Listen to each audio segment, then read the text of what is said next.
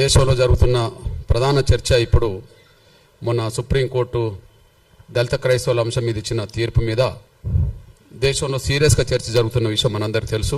దేశంలో ఉన్నబడే దళితులు క్రైస్తవ మతం పుచ్చుకుంటే వాళ్ళ ఎస్సీ హోదా రద్దే అని సుప్రీంకోర్టు ఇచ్చిన తీర్పును, ఆ తీర్పుపై మేము తీవ్రంగా ఖండిస్తున్నాం. ఎంఆర్పిఎస్ పరంగా అందుకు బలమైన నిరసన కూడా మేము తెలియజేస్తాం.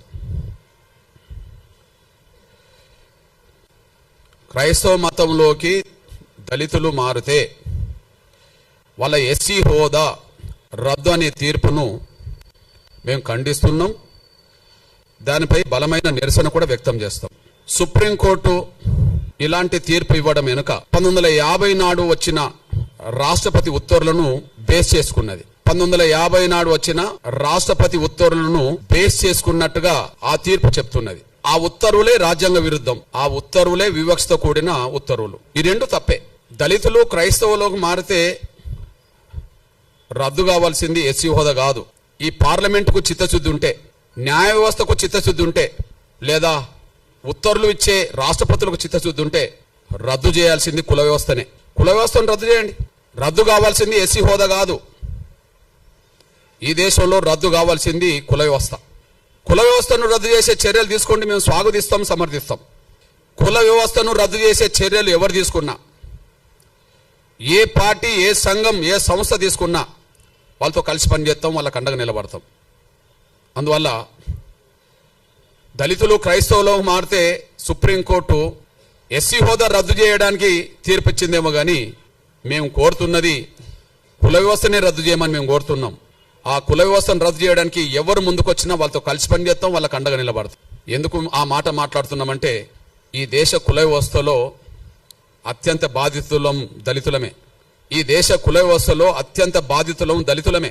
పశువుల కంటే హీనంగా చూడబడ్డది ఈ దేశంలో కుల వ్యవస్థలో దళితులే. ఈ దేశంలో ఉండబడే ఇతర వర్గాల పౌరులకు ఉండబడే హక్కులు, స్వేచ్ఛ లేనిది దళితులకే. కాబట్టి కుల వ్యవస్థ బాధితులం కాబట్టి, కుల వ్యవస్థలో ఎక్కువ బాధితులం కాబట్టి, కుల వ్యవస్థలో బ్రాహ్మణయేతర వర్గాలన్నీ బాధితులే.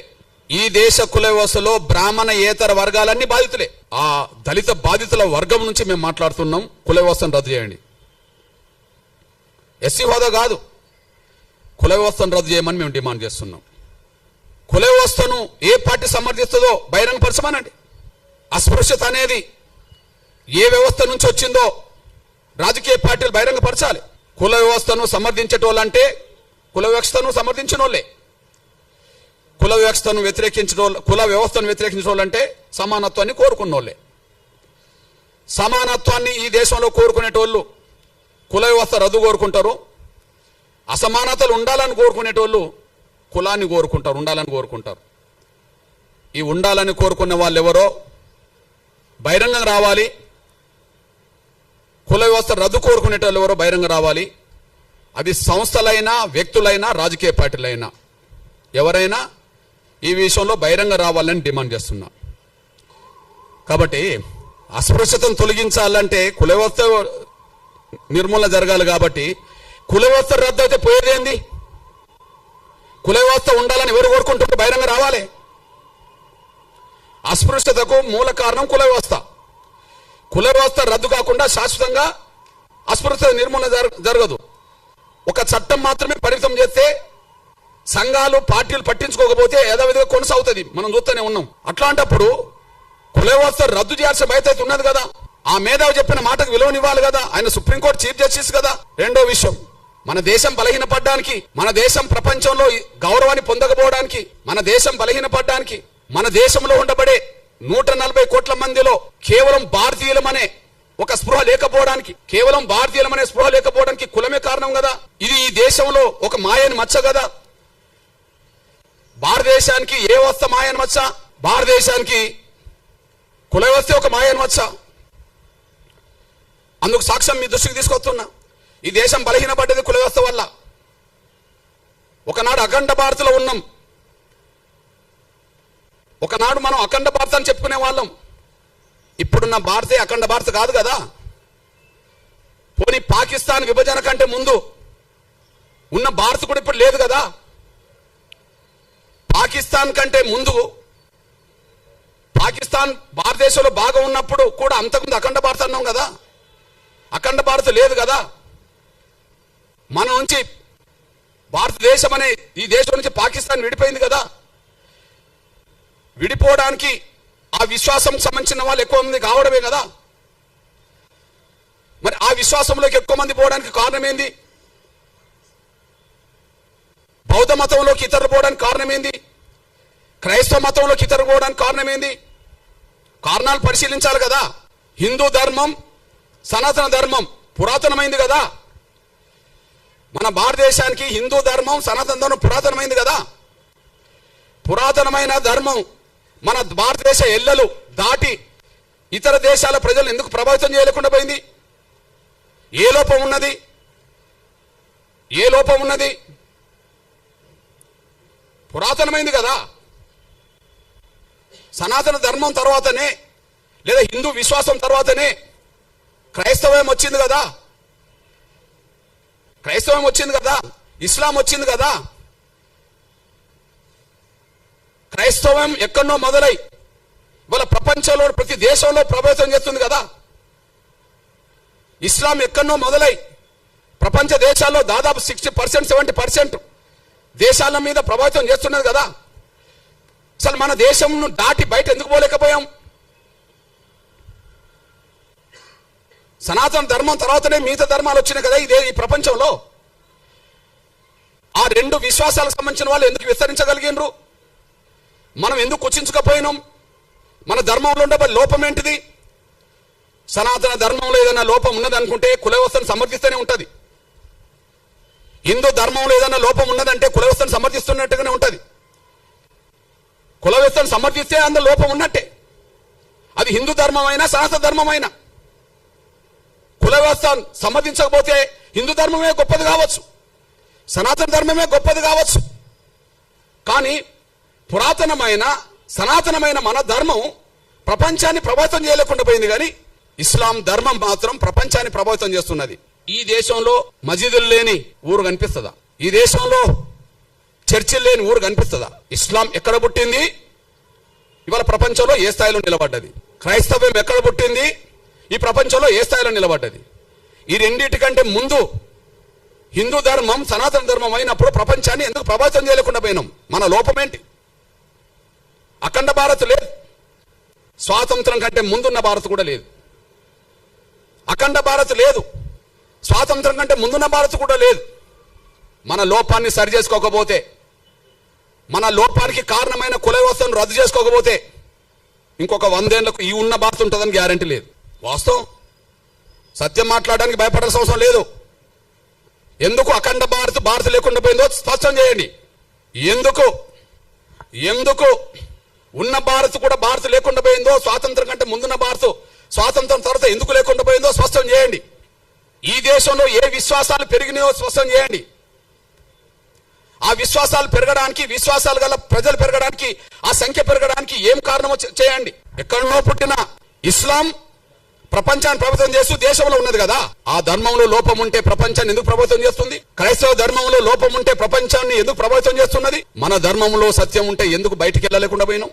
మన లోపానికి కారణం ఏంది? ఈ దేశ వ్యవస్థలో, మన ధర్మంలో కుల వ్యవస్థను ఎప్పుడైతే సమర్థించడం మొదలు పెట్టామో అక్కడి నుంచి ఒక మాయను మచ్చగా, ఈ కుల వ్యవస్థలో అందరూ సమానం కాదనే భావనతో ప్రత్యేకంగా దళితులను మనుషులుగా చూడకుండా వివక్షతగా, అంటరాని వాళ్ళుగా చూడడం వల్ల ఎవరొచ్చి మా ధర్మం గొప్పదని ప్రచారం చేస్తే, ఎవరొచ్చి మా ధర్మంలో సమానత్వం ఉన్నదని ప్రచారం చేస్తే, ఎవరొచ్చి మా ధర్మంలో అసమానతలు లేవని ప్రచారం చేస్తే, అసమానతలు గురవుతున్న వర్గాలు సమానత్వం దిశగా అడుగులేయడం కోసం ఎన్నో మార్గాలు ఎన్నుకున్నారు. ఇక్కడ మీ అన్నగా చెప్తున్నా నేను, 1950 ఆర్డర్, రాష్ట్రపతి ఆర్డర్ రాజ్యాంగ విరుద్ధం కదా.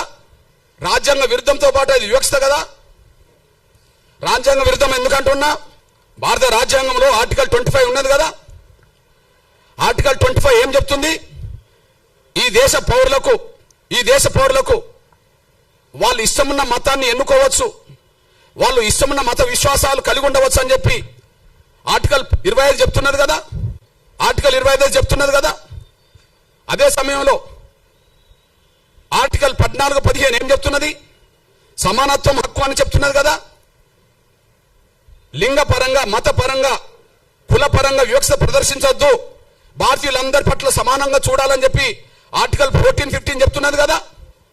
మత స్వేచ్ఛ ఉన్నది, సమానత్వం అందరినీ సమానంగా చూడమని ఉన్నది. మరి ఇప్పుడు దళితులు మాత్రమే క్రైస్తవ మతంలో తీసుకుంటే ఎస్సీ హోదా రద్దు అవుతుందని ఎట్లా ఆర్డర్ వస్తుంది? దళితులు మాత్రమే క్రైస్తవ మతం తీసుకుంటే ఎస్సీ హోదా రద్దు అవుతుందని చెప్పి ఎట్లా ఆర్డర్ వస్తుంది? ఆ ఆర్డర్ ను సమర్థిస్తూ ఎట్లా తీర్పు వస్తుంది? నేను ఎందుకు ఈ మాట మాట్లాడుతున్నంటే, ఈ దళిత వర్గం నుంచి ఇప్పటికీ భక్తులే, ఈ దళిత వర్గం నుంచి ఎవరన్నా క్రైస్తవ మతంలో చేరుకుంటే ఇప్పటికీ భక్తులే. కానీ క్రైస్తవ మతాన్ని ప్రచారం చేసే పెద్ద పెద్ద మిషనరీ సంస్థలు ఉన్నత వర్గాలు, ఉన్నత వర్గాలు. అందులో బ్రాహ్మణులు ఉన్నారు, అందులో వైశ్యులు ఉన్నారు, అందులో బ్రాహ్మణులు ఉన్నారు. ఇక్కడ తెలుగు నేల మీద కమ్మ వాళ్ళు ఉన్నారు, రెడ్లు ఉన్నారు, కాపులు ఉన్నారు, అందరూ ఉన్నారు. ఇక్కడ కుట్ర జరిగింది, ఆర్డర్ కంటే ముందు కుట్ర జరిగింది. ఈ 1950లో వచ్చిన ఆర్డర్ రాజ్యాంగ విరుద్ధము. ఆర్డర్ వివక్షతో కూడిన ఆర్డర్. అది ఆ వివక్షతో కూడిన ఆర్డర్ రావడానికి కారణం ఏంది? అప్పుడు ఇప్పుడు మత బోధకులు అగ్రకులాలే నా ఆరోపణ. అప్పుడు 100 ఏళ్ల క్రితం చరిత్ర, ఈనాటి చరిత్ర. 100 ఏళ్ల క్రితం చరిత్ర, ఈనాటి చరిత్ర. దళితులను మతం మార్చుకుంటే వాళ్ళ ఎస్సీ హోదా ఇయ్యాలనా వద్దా అని చర్చ జరిగినప్పుడు,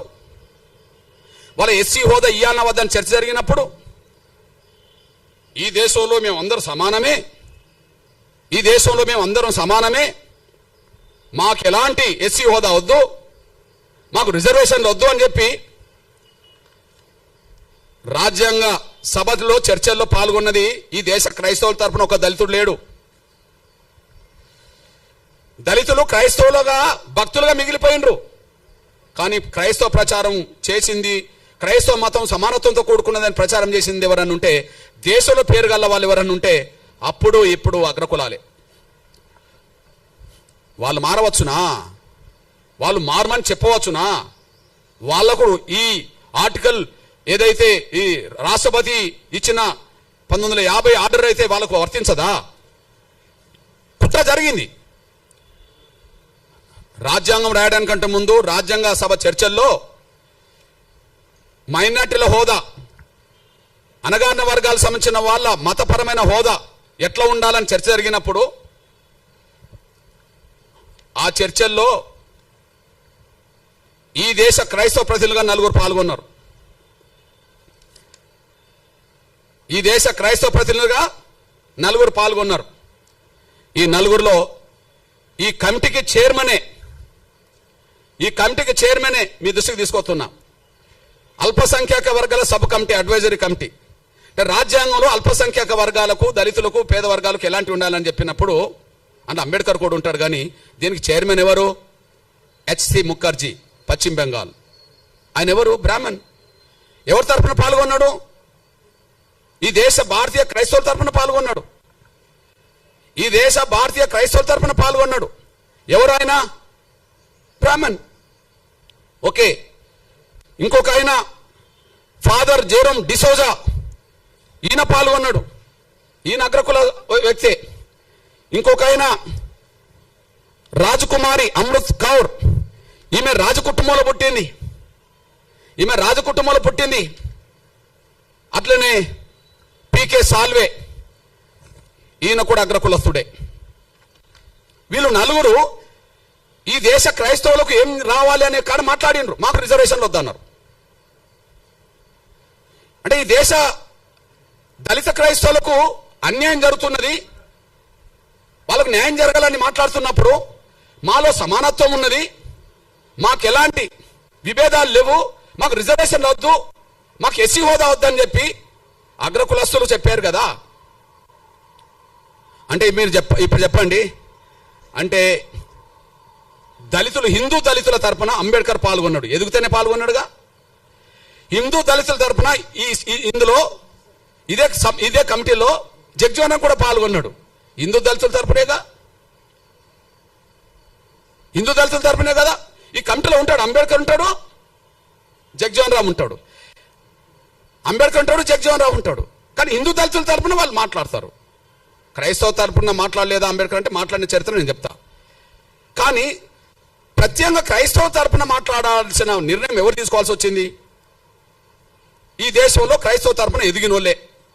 మరి అప్పుడు దళితుల నుంచి క్రైస్తవులో ఎదిగిన వాళ్ళు ఎవరు లేరు కదా, ఆస్థాకి ఎదిగిన వాళ్ళు లేరు కదా, భక్తులుగా మిగిలిపోయిండు కానీ ఒక శక్తులుగా ఎదగలేదు కదా. ఈ నలుగురు కూడా గాంధీ శిష్యులే. పేరు క్రైస్తవ మతం ఉన్నది వాళ్ళ కులాలు అగ్రకులాలు, కానీ వాళ్ళు గాంధీ శిష్యులు. గాంధీ చేసిన మోసం వల్ల హిందూ దళితులు మోసపోయినరు, దళిత క్రైస్తవులు మోసపోయినరు. ఏ మోసం? హిందూ దళితులు ఎక్కడ మోసపోయినరు? హిందూ దళితులకు ప్రత్యేక నియోజకవర్గాలు ఉండాలని కమ్యూనల్ అవార్డు వచ్చింది కదా. కమ్యూనల్ అవార్డు రద్దు చేయించడం కోసం కదా గాంధీ నిరాదీక్ష చేసింది. ఆయనను బతికించడం కోసం కదా అంబేద్కర్ రాజీపడాల్సి వచ్చింది. అంటే ప్రత్యేక నియోజకవర్గాలు పోయినాయి కదా. ఎస్సీలు నిలబడ్డ నియోజకవర్గాల్లో ఎస్సీలే ఓట్లేసుకొని గెలిపించుకోవాలనేది పోయింది కదా.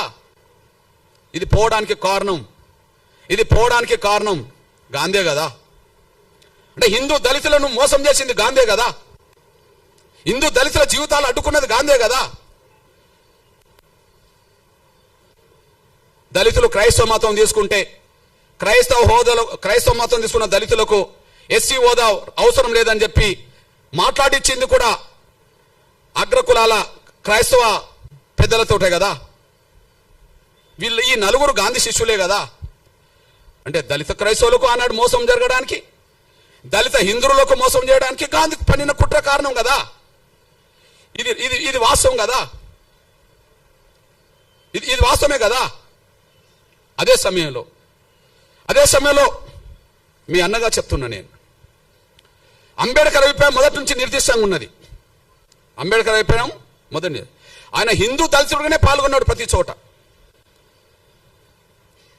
ఆయన ఎన్నికలు నిలబడ్డా హిందూ దళితుడుగా నిలబడ్డాడు రిజర్వేషన్ సీట్ల నుండి. ఆయన ఎక్కడైనా హిందూగానే ఉన్నాడు. ఆయన బౌద్ధ మతం తీసుకున్నది ఎప్పుడు? అక్టోబర్ 14, 1956లో. ఆ తర్వాత 2 నెలలు కూడా తర్వాతనే చనిపోయిండు. అంటే అంతకు ముందు బౌద్ధ మతం తీసుకోవడానికంటే ముందు, అంటే చనిపోవడానికి 2 నెలల ముందు కూడా ఈయన హిందువే కదా. అంబేద్కర్ హిందువేనేగా, అఫీషియల్గా హిందువునే కదా. ఎస్సీ రిజర్వేషన్లో హిందూ దళితుడుగానే చేశాడు. ఎస్సీ నియోజకవర్గంలో హిందూ దళితుడు కాకపోతే అప్పటికి బౌద్ధ మతంలో ఉన్నోళ్ళకు కూడా ఎస్సీ హోదా లేదు కదా. సిక్కు మతం ఉన్నోళ్ళకి ఎస్సీ హోదా లేదు కదా. అంబేద్కర్ పోటీ చేసిన నాటికి ఒక దళితులకు, హిందూ దళితులకు మాత్రమే పోటీ చేసే అవకాశం ఉన్నది కదా. మరి హిందూ దళితుడుగా ఆయన అభిప్రాయం చెప్పిండు కదా. మతం మారినంత మాత్రాన కుల వ్యవస్థకు సంబంధించిన అవమానాలు దళితులకు తగ్గవు. ఆయన 2 చోట్ల చెప్పాడు. చెప్పేశాడు. అంబేద్కర్ అభిప్రాయాలు చాలా స్పష్టంగా కనిపించినాయి. లోధియన్ కమిటీ పరిణామాలే కమ్యూనల్ అవార్డు వచ్చింది. ఆ లోధియన్ కమిటీ ముందు ఈయన వాదన చేశాడు. ఆ వాదన ఒకసారి వినిపిస్తా చూడండి. హిందూ మతం నుండి క్రైస్తవంలోకి మారిన వాళ్లకు గుర్తింపు రావచ్చునో రాదో, కానీ సమాజం అతన్ని చూసే చూపులో మాత్రం మార్పు రాదు. గ్రామాల్లో దళిత క్రైస్తవులు ఇప్పటికీ అస్పృశ్యులుగానే పరిగణించబడుతున్నారు. వారికి విడిగా శ్మశానాలు ఉంటాయి. ఇది ఎప్పటి మాట? 1932 కంటే ముందు మాట, కమ్యూనల్ అవార్డు కంటే ముందు మాట. అయితే అప్పుడు కూడా ఇట్లాంటి ఉన్నత వర్గాల క్రైస్తవ లీడర్లు మాకు అవసరం లేదన్నప్పుడు ఆయన డీసెంట్ నోట్ రాస్తాడు. మీ అభిప్రాయంతో నేను ఏకీభవించట్లేదు అని. మీ అభిప్రాయంతో ఏకీభవించట్లేదని చెప్పి లోధియన్ కమిటీ ముందు ఆయన డీసెంట్ నోట్ రాసి ఏమంటాడంటే, అస్పృశ్యతను కేవలం హిందూ మతానికి పరిమితం చేయకూడదు. అస్పృశ్యత వల్లే కలిగే సామాజిక వైకల్యం, సోషల్ డిజాబిలిటీ ఏ మతంలో ఉన్న వారికైనా వర్తిస్తుంది. కేవలం క్రైస్తవులనే ముద్ర వేసి వాళ్ళని అణగారిన వర్గాల జాబితా నుండి తొలగించడం అన్యాయము. వాళ్ళను అణగారిన వర్గాల జాబితా నుండి తొలగించడం అనేది అన్యాయము. ఇది ఎప్పుడు రాశాడు? ఆర్డర్ రాకముందే రాశాడు. 1950 ఆర్డర్. కానీ ఇది కమ్యూనల్ అవార్డు కంటే ముందు ఆయన డీసెంట్ నోట్ కూడా రాశాడు. దళితులు మతం మార్చుకుంటే వాళ్ళ ఎస్సీ హోదా రద్దు చేస్తామని మాట్లాడడం అనేది అది న్యాయం కాదు, అది మంచిది కాదని చెప్పి ఆయన స్పష్టం చేశాడు. అంతేకాకుండా చాలా సందర్భాల్లో ఆయన మాట్లాడాడు. రాజ్యాంగ సభలో కూడా మాట్లాడాడు. దళితులు ఏ మతం పుచ్చుకున్నా వాళ్ళు దళితులుగానే పరిగణించబడుతున్నారు. దానికి కారణం ఈ దేశ కుల వ్యవస్థ డామినేట్ చేస్తున్నది. ఈ దేశ కుల వ్యవస్థ ముందు మత విశ్వాసాలు కూడా వెనుకబడిపోతున్నాయి. మళ్ళీ చెప్తున్నా, ఈ దేశ కుల వ్యవస్థ ముందు మత విశ్వాసాలు కూడా వెనుకబడిపోతున్నాయి. మత విశ్వాసాల కంటే కుల వ్యవస్థకు ఉండబడే దాని మీదనే ఎక్కువ ప్రాధాన్యత ఉన్నది. కాబట్టి దళితులు ఏ మతం పుచ్చుకున్నా వాళ్ళు దళితులుగానే ఉంటారని చెప్పి ఆయన స్పష్టం చేశాడు. అంతేకాకుండా మీ అన్నగా ఒక విషయం గుర్తు చేస్తున్నా నేను. షోలాపూర్ సభలో ఎప్పుడు పెట్టినంటే 1937లో పెట్టిండు. మతం మారడం వల్ల ఆత్మగౌరవం వస్తుందని ఆశించి చివరికి అటు ఆత్మగౌరవం దక్కక ఇటు లౌకికవాద రిజర్వేషన్ కోల్పోయి దళిత క్రైస్తవులు 2 పడవల మీద ప్రయాణం చేస్తున్నారని నేను అభివర్ణించారు. ఇటు హక్కులు పోయినాయి, ఇటు గౌరవం పోయింది. హక్కులు పోయినాయి, అటు గౌరవం పోయింది. దళిత క్రైస్తవులైనంత మాత్రాన ఉన్నత వర్గాల క్రైస్తవులో పెట్టే సమాధుల కాడ వీళ్ళని పెడతారా? గౌరవం లేదు, అందులో మారిందని చెప్పి హక్కులు పోయినాయి. రెండిటికి చెడిపోయినరు అని చెప్పి, రెండిటికి నష్టపోయిందని చెప్పి డాక్టర్ బాబాసాహెబ్ అంబేద్కర్ మాట్లాడిండు. ఇప్పుడు మీ అన్నగా చెప్తున్నా, మీకు లేటెస్ట్ ఉదాహరణ చెప్తున్నా. 100 ఏళ్ల క్రితం క్రైస్తవ వ్యవస్థ మీద 100 ఏళ్ల క్రితం ఉన్నత వర్గాల ప్రభావమే ఉన్నది. వాళ్ళు ప్రచారకులు, వీళ్ళు భక్తులు, అంతే.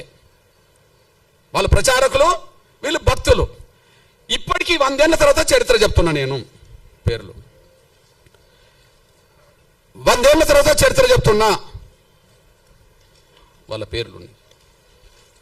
ఇప్పుడు చూడండి, చౌత ఈ తెలుగు నేలను క్రైస్తవ మత ప్రచారాన్ని 99% ప్రభావితం చేసే పెద్ద ఫాదర్ల పేరు, పాస్టర్ల పేరు, బ్రదర్స్ పేరు మీకు చదివి వినిపిస్తా. ఇలా ఒక్క దళితుడి పేరు చెప్తే నేను 100 ఏళ్ల క్రితం 4 పేరు చెప్పాను. 100 ఏళ్ల తర్వాత 10 మంది పేరు చెప్తా. ఒక్కసారి ఆ 10 మంది పేర్లు వినండి. బ్రదర్ అనిల్ కుమార్, వైఎస్ రాజశేఖర్ గారు అల్లుడు. బ్రదర్ అనిల్ కుమార్, వైఎస్ రాజశేఖర్ గారు అల్లుడు. చాలా గొప్ప ప్రచారకుడు, బ్రాహ్మణ్. ఓకే, ఆయన పెద్ద ప్రచారకుడు అని చెప్పి మా బ్యాచ్, ఆయన గొప్పోడు, గొప్ప ప్రచారకుడు అని చెప్పి వీళ్ళు వెళ్తారు. అక్కడ దాకా ఎదగరు వీళ్ళు, కానీ ఎక్కడికి వెళ్తారు? ప్రచారకుడు ఎవరు? అనిల్. ఇప్పుడు మీరు చూడండి, ఒకే చోట ఉండి 100ల చోట్ల వీడియో, అది కెమెరాలు పెడతారు. ఏంటిది అది? డిజిటల్ సంబంధించిన పెట్టి లక్షల మందిని ప్రభావితం చేసే బ్రదర్ సతీష్ కుమార్, లక్షల మందిని ప్రభావితం చేసే బ్రదర్ సతీష్ కుమార్ ఓసీ కాపు. ఓకే, ఓసీ కాపు. బ్రదర్ కేఏ పాల్ ప్రపంచ సువార్థికుడే, మనందరూ తెలుసు. ఇక్కడ నుంచి ప్రపంచ దేశాలకు ప్రభావితం చేసే వ్యక్తి, Kapu. Okay, brother John Wesley, brother Rajahmundry కేంద్ర జాన్ వెస్లీ, ఇతను మన మంగళి సోదరుడు, చాలా ప్రభావితం చేస్తున్నాడు, బీసీ. విజయ్ పాల్ రెడ్డి, బ్రదర్ విజయ్ పాల్ రెడ్డి చాలా ప్రభావితం చేస్తున్నాడు. Jayaprakash Paul Brahmana, Jayaprakash Paul Brahmana. Shyam Kishore, pastor Shyam Kishore OC Kamma. Okay, OC Kamma. Stephen Paul, pastor PJ Stephen Paul OC Brahmana. Hosanna ministries John Wesley Kapu. Pastor Shalem Raj BC, pastor Shalem Raj BC. మా దళితుడు ఎక్కడున్నాడో నాకు అర్థమవుతలేడు. వీళ్ళు ఈ తెలుగు నేల మీద క్రైస్తవ మత ప్రచారకులుగా వాళ్ళు దేశంలో అంతర్జాతీయ స్థాయిలో పేరు తెచ్చుకుంటున్నారు.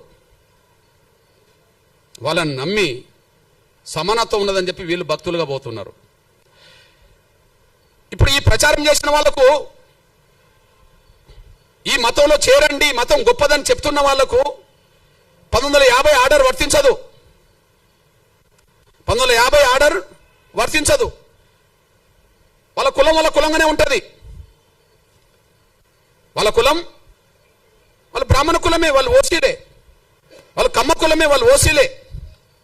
మా మంగళ సోదరుడు బీసీనే, కాపులు ఓసీనే అక్కడ కదా, కమ్మ వాళ్ళు ఓసీనే.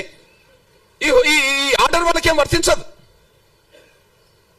ఎవరైతే క్రైస్తవ మతం చాలా గొప్పదని ప్రచారం చేసి దూసుకెళ్తున్నారో, పేరు తెచ్చుకుంటున్నారో, ప్రతి ఆదివారం, శనివారం, శుక్రవారం ప్రతిరోజు ప్రార్థన పేరుతో దశమభాగం తీసుకుంటున్నారో, ప్రార్థనల పేరుతో దశమభాగం కోరుతున్నారో, అసలు దశమభాగం ఇవ్వకపోతే కూడా దేవుడు అంగీకరించాడని చెప్పి మళ్ళీ భయభ్రాంతులు గురి చేస్తున్నారో, వాళ్లకు ఈ ఆర్టికల్, ఈ రాష్ట్రపతి 1950కి సంబంధించిన ఆర్డర్ వర్తించదు. ఆర్డరు మేము గొర్రెలం కదా, వర్తిస్తాయి. దళితులు వాళ్ళు గొర్రెలాగా భావించుకుంటారు.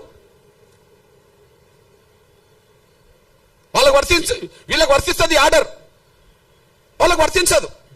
మీరు చెప్పండి, ఇది వివక్షత కాదా? అసలు ఆర్డర్ రాజ్యాంగ విరుద్ధం అన్నా నేను. ఆర్టికల్ 14కు 15కు విరుద్ధం,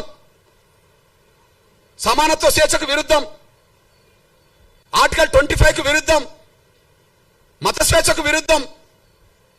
అంటే బ్రాహ్మణులు మాత్రం క్రైస్తవ మతం పుచ్చుకోండి అంటే ప్రచారం చేయవచ్చునా? కాపులు, కమ్మోళ్ళు, రెడ్డోళ్ళు క్రైస్తవ మతం పుచ్చుకోండి, ఇందులో గొప్ప ధర్మం ఉంటే ప్రచారం చేయవచ్చునా? దశమభాగం పేరుతో వాళ్ళు బాగా వెనుకేసుకోవచ్చునా? దళితులు మాత్రం మతం మార్చుకుంటే వాళ్ళు ఎస్సీలు కాకుండా పోతారా? బ్రాహ్మణులు అయినప్పుడు, క్రైస్తవ మతం పుచ్చుకున్న వాళ్ళు బ్రాహ్మణులుగానే ఉన్నప్పుడు, వాళ్ళు ఓసీలు అయినప్పుడు, క్రైస్తవ మతం పుచ్చుకున్న వాళ్ళు కమ్మోళ్ళు అయినప్పుడు, వాళ్ళు ఓసీలు అయినప్పుడు, కాపులు ఓసీలు అయినప్పుడు, ఓసీలుగా ఉన్నప్పుడు,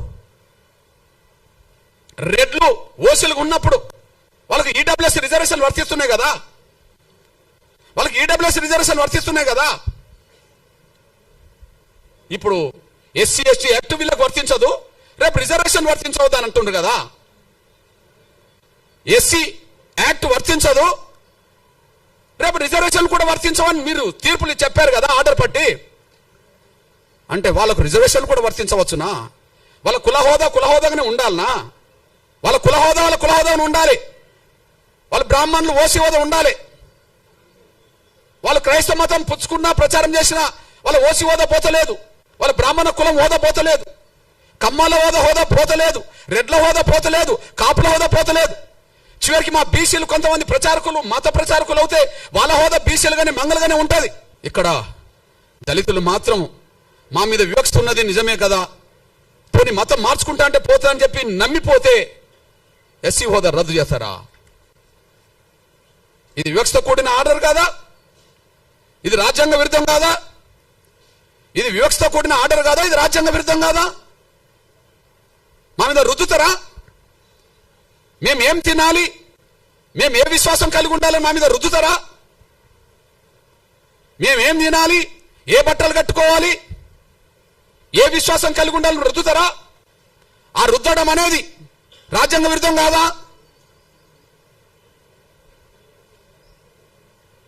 మత స్వేచ్ఛ లేదని, ఎవరు కూడా హిందూ ధర్మంలోనే ఉండాలని కుల వ్యవస్థ రద్దు చేసి ఆర్టికల్ 25 తొలగించండి, మాకు అభ్యంతరం లేదు. మత స్వేచ్ఛ వద్దు, అందరూ హిందువులుగానే ఉందాం, అందరూ సనాతన ధర్మం విశ్వసిద్దాం, అందరూ హిందువులుగానే ఉందాం, సనాతన ధర్మాన్ని విశ్వసిద్దాం. కుల వ్యవస్థ ఉండదు, కులాన్ని రద్దు చేస్తున్నామని చెప్పానండి. దాని ద్వారా మెజార్టీ ప్రజలు ఆర్టికల్ 25 ఉన్నా లేకపోయినా దాన్ని పట్టించుకోరు. మనకి ఇక్కడ అందరికీ స్వేచ్ఛ ఉంటే, అందరికీ గౌరవం ఉంటే, ఈ మత విశ్వాసాల్లో, హిందూ ధర్మంలో లేదా సనాతన ధర్మంలో ఏదో ఒక లోపం లేకపోతే కుల వ్యవస్థను సమర్థించే వ్యవస్థ లేకపోతే ఇన్ని ఎందుకు వస్తాయి? మనం విస్తరించలేకుండా పోయినాం, కానీ వాళ్ళు విస్తరించుకుంటూ ఇక్కడికి వచ్చేశారు. ఆ విస్తరించేటప్పుడు అది కరెక్ట్ మంచిది అని చెప్పి ప్రచారం చేసింది అగ్రకులాల క్రైస్తవ ప్రచారకులే. వివక్ష గురైన వాడు పోతే మాత్రం వాని హక్కు రద్దు చేస్తారు. ఇది న్యాయం కాదు, ధర్మం కాదు.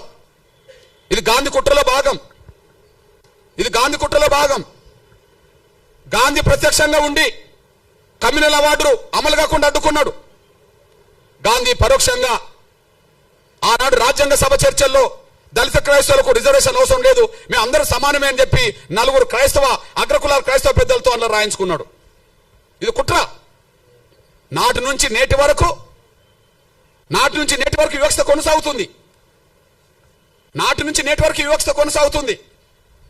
ఈ నేపథ్యంలో స్పష్టం చేస్తున్నాం. పోనీ అంబేద్కర్ అభిప్రాయం స్పష్టంగా ఉన్నది. అంబేద్కర్ విలువనిస్తుండ్రా? మేము అంబేద్కర్ను గౌరవిస్తామని మాట్లాడుతుండ్రు కదా.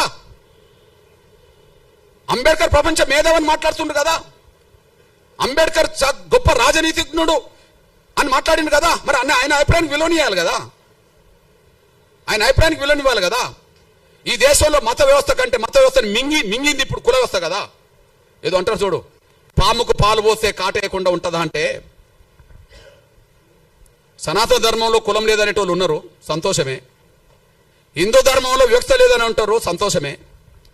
మరి సనాతన ధర్మానికి కులానికి సంబంధం లేనప్పుడు, హిందూ ధర్మంలో వివక్ష లేనప్పుడు కుల వ్యవస్థ మనకు అవసరమే లేదు కదా. కుల వ్యవస్థ ఇప్పుడు హిందూ ధర్మాన్ని కూడా బలి తీసుకుంటుంది కదా, సనాతన ధర్మాన్ని కూడా బలి తీసుకుంటుంది కదా. సాక్ష్యం ఏంటిది? వెంకటేశ్వర స్వామి దేవాలయంకి వెళ్ళేటప్పటికీ అందరూ హిందువులే కనిపిస్తారు. మరి వాళ్ళ సొంత ఊర్లోకి వచ్చినప్పుడు అక్కడ పోయిన వాళ్ళందరూ కలిసి ఒకరినొకరిని ఇచ్చిపుచ్చుకుని ఉండడానికి అవకాశం లేదు కదా. అయోధ్యకి వెళ్ళేటోళ్ళు అందరూ అక్కడ సమానంగా కనిపిస్తారు. కానీ రాముణ్ణి నమ్ముకున్న వాళ్ళందరూ ఈ దేశంలో అందరూ సమానంగా వాళ్ళ గ్రామాల్లో లేరు కదా.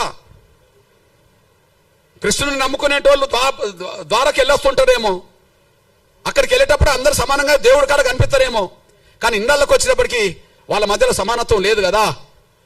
అంటే రాముని నమ్ముకున్నా, కృష్ణుని నమ్ముకున్నా, క్రీస్తుని నమ్ముకున్నా, ఎవరిని నమ్ముకున్నా, వెంకటేశ్వర నమ్ముకున్నా, ఈ దేశ కుల వ్యవస్థ విశ్వాసాల కంటే ఈ యొక్క కుల వ్యవస్థ శాసిస్తున్నది కదా. విశ్వాసాలు రెండో స్థాయికి వెళ్ళినాయి కదా, కుల వ్యవస్థ శాసిస్తున్నది కదా. అంటే మనం పెంచి పోషించిన పాము మనం కాటేస్తున్నది కదా. ఈ కాటేయడం వల్లనే అఖండ భారత్ లేకుండా పోయింది కదా. ఈ కాటేయడం వల్లనే ఉన్న భారత్ కూడా పాకిస్తాన్ భూభాగం అంటే వెళ్ళిపోయింది కదా. దేనివల్ల వెళ్ళిపోయింది? ఈ కుల వ్యవస్థ రుగ్మత మాయన్ మచ్చ ఉండడం వల్లనే ఇక్కడ వేరే విశ్వాసాలు పెరగాల్సిన దారి తీసింది కదా. ఆ విశ్వాసాలను తీసుకొచ్చిన వాళ్ళు కూడా అగ్రకులాలే వాళ్ళే కదా. తీసుకొచ్చిన వాళ్ళది తప్పు కాదు, ప్రచారం చేసిన వాళ్ళది తప్పు కాదు, నమ్ముకున్న వాళ్ళది తప్పు అని చెప్పి దళితుల్ని బలి చేయాలని చూస్తే అది న్యాయం కాదనే విషయం కూడా మర్చిపోవద్దని నేను సవినంగా కోరుతున్నాను. నేను ఈ నేపథ్యంలో ఇక్కడ ముందు ఆర్డర్ ఏం చెప్పింది? 1950లో ఆర్డర్ హిందువులు తప్ప మిగతా ఏ మతం నమ్ముకున్నా వాళ్ళకు ఎస్సీ హోదా ఉండదు అని చెప్పేసింది. ఓకే, ఆర్డర్ ఏమన్నా ఖురానా, భగవద్గీత లేకపోతే బైబిలా మనం మార్చుకునేదే కదా. రాష్ట్రపతి ఆర్డర్ను మనం మార్చుకునేది కదా. ముందు 1950లో రాష్ట్రపతి ఆర్డర్ వచ్చే సమయానికి ఒక హిందువులు తప్ప ఎస్సీ హోదాకు మిగిలిన ఎవరు కూడా వర్తించదని చెప్పింది కదా. మరి తర్వాత 56లో దాన్ని సరి చేసుకున్నారు కదా. 56లో ఇంకో ఆర్డర్ వచ్చింది కదా. అందులో సిక్కులు కూడా ఎస్సీ హోదా వర్తించదని చెప్పింది కదా. అంటే సిక్కుల్లో కూడా కుల వ్యవస్థ ఉన్నదని చెప్పినట్టే కదా. మరి మొదటి ఆర్డర్ రెండో ఆర్డర్ సవరించుకున్నారా లేదా? మొదటి ఆర్డర్ నుంచి రెండో ఆర్డర్ సవరించిండ్రా లేదా? 50లో 56లో రెండో ఆర్డర్ను మళ్ళీ మూడో ఆర్డర్ సవరించిండ్రా లేదా? 90లో ఎవరికి అవకాశం ఇచ్చిండ్రు? బౌద్ధులకు అవకాశం ఇచ్చిండ్రా లేదా? అంటే బౌద్ధ మతంలో మళ్ళీ కుల వ్యవస్థ ఉన్నదని ఒప్పుకున్నారా లేదా? ముందేమో హిందూ వ్యవస్థే ఈ అస్పృశ్యతకు కారణమని చెప్పి మీరే మాట్లాడుతున్నారు. హిందూ వ్యవస్థ తప్ప మిగతా ఏ వ్యవస్థలో అస్పృశ్యత లేదని చెప్పిండ్రు. కానీ 50 వచ్చినప్పటికీ మళ్ళీ సిక్కుల్లో సమానత్వం బోధించినా కుల వ్యవస్థ ప్రభావితం చేస్తుందని మళ్ళీ చెప్పేశారు. తర్వాత బౌద్ధంలో సమానత్వం ఉన్నదని బౌద్ధం ప్రచారం చేసినా ఈ దేశ కుల వ్యవస్థలో మళ్ళా దళితులు అక్కడ దళితులుగానే ఉన్నారని మీరు చెప్పేశారు. అంతే కదా. మరి ఈ దేశంలో సమానత్వం గురించి క్రైస్తవ సమాజం ప్రచారం చేయవచ్చు, కానీ కుల వ్యవస్థ అధిగమించిందా లేదా? దాన్ని ప్రపంచంలో ఎక్కడ కుల వ్యవస్థ లేదు కాబట్టి క్రైస్తవం అంతా సమానత్వంగానే ఉంటది. ప్రపంచంలో ఎక్కడ కూడా ఇస్లాం సమానత్వాన్ని బోధించింది కాబట్టి అక్కడ కుల వ్యవస్థ లేదు కాబట్టి ఉంటది. కానీ ఇక్కడ ఉన్నది కదా. మరి ఇక్కడ ఉండకపోతే బీసీ రిజర్వేషన్లో ముస్లింలు వచ్చారు కదా, ఏ గ్రూపులో ఉన్నారు కదా, బి గ్రూపులు ఉన్నారు కదా, అంటే సామాజిక వ్యవస్థ ఇక్కడ పడ్డది కదా. అంటే ఈ దేశంలో హిందూ విశ్వాసంలో ఉన్న కుల వ్యవస్థ ఉండడం వల్ల వివక్షత కొనసాగుతుంది. సిక్కు ధర్మం ఉన్నా కొనసాగుతుంది, బౌద్ధ ధర్మం ఉన్నా కొనసాగుతుంది, క్రైస్తవ ధర్మం ఉన్నా కొనసాగుతుంది. కుల వ్యవస్థ ప్రభావం ఇస్లాం మతం కూడా ఇక్కడ పడుతుంది. నేను ఒక మాట చెప్తున్నదంటే, ఈ దేశంలో కుల వ్యవస్థ ఉన్నంత వరకు ఎన్ని గొప్ప మతాలు ఇక్కడికి వచ్చినా, ఎన్ని గొప్ప గొప్ప మతాలే కదా, చాలా గొప్ప మతాలని మనమే అంటున్నాం కదా. ఆ మతాలు ఇక్కడికి వచ్చినప్పుడు ఏ దానికి లోన్ అవుతున్నాయి? క్రైస్తవ మతం గొప్పదే, సమానత్వం ప్రదర్శించింది. మరి గద్దర్ కూడా పాట రాసింది కదా, మాల క్రైస్తు, మాది క్రైస్తు, రెడ్డి క్రైస్తు, కమ్మ క్రైస్తు, బ్రాహ్మ క్రైస్తు అని చెప్పి ఒక పాట రాసింది కదా. క్రీస్తుని నమ్ముకునే వాళ్ళు ఒక్కరైతే మాల క్రైస్తు, మాల చర్చీలు, మాదిగ చర్చీలు ఎందుకు వచ్చినాయి? కమ్మోల చర్చీలు, రెడ్డోల చర్చీలు ఎందుకు వచ్చినాయి? ఈ దేశానికి ఏ మతం వచ్చినా కుల వ్యవస్థ ఉన్నంత వరకు కుల వ్యవస్థ ప్రభావానికి లోన్ అవ్వాల్సిందే. సిద్ధాంతం సమానత్వం అయితే అది బయటనే, ఇక్కడికి వచ్చినప్పటికీ ఆ సిద్ధాంతం 100% పనిచేస్తలేదు. కుల వ్యవస్థనే ప్రభావితం చేస్తుంది, కుల వ్యవస్థ శాసిస్తుంది, కుల వ్యవస్థే అసమానతలు సృష్టిస్తుంది. కుల వ్యవస్థను రద్దు చేయనంత కాలం సమానత్వం ఇక్కడ ఉండదు. కాబట్టి సమానత్వం వైపు అడుగులేయాలంటే కుల వ్యవస్థ రద్దు కావాల్సిందే తప్ప ఎస్సీ హోదా రద్దు చేయడం వల్ల పరిష్కారం లేదనే విషయం మీ దృష్టికి తీసుకొస్తున్నాను. నేను 1950 ఆర్డర్ రాజ్యాంగ విరుద్ధం. 1950 ఆర్డర్ కేవలం దళితుల మీద పెట్టిన ఆంక్షలు. దళితులు మాత్రమే మారద్దు, మీతో ఎవరు మారినా మాకు అభ్యంతరం లేదు.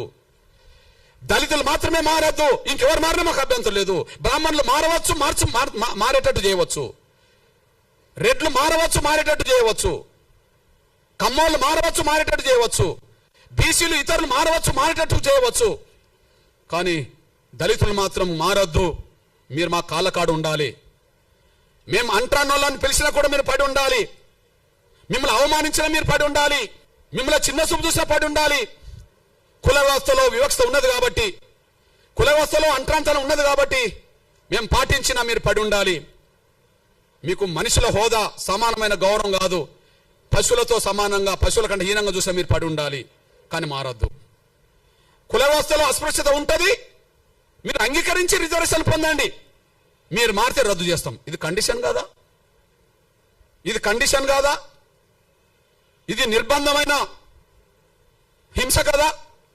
మీరు బలవంతంగా ఉండండి. మీరు మారదలుచుకుంటే రిజర్వేషన్ వదులుకొని వెళ్ళండి. ఏ వివక్షత లేని వాళ్ళు మారినా మంచిదే.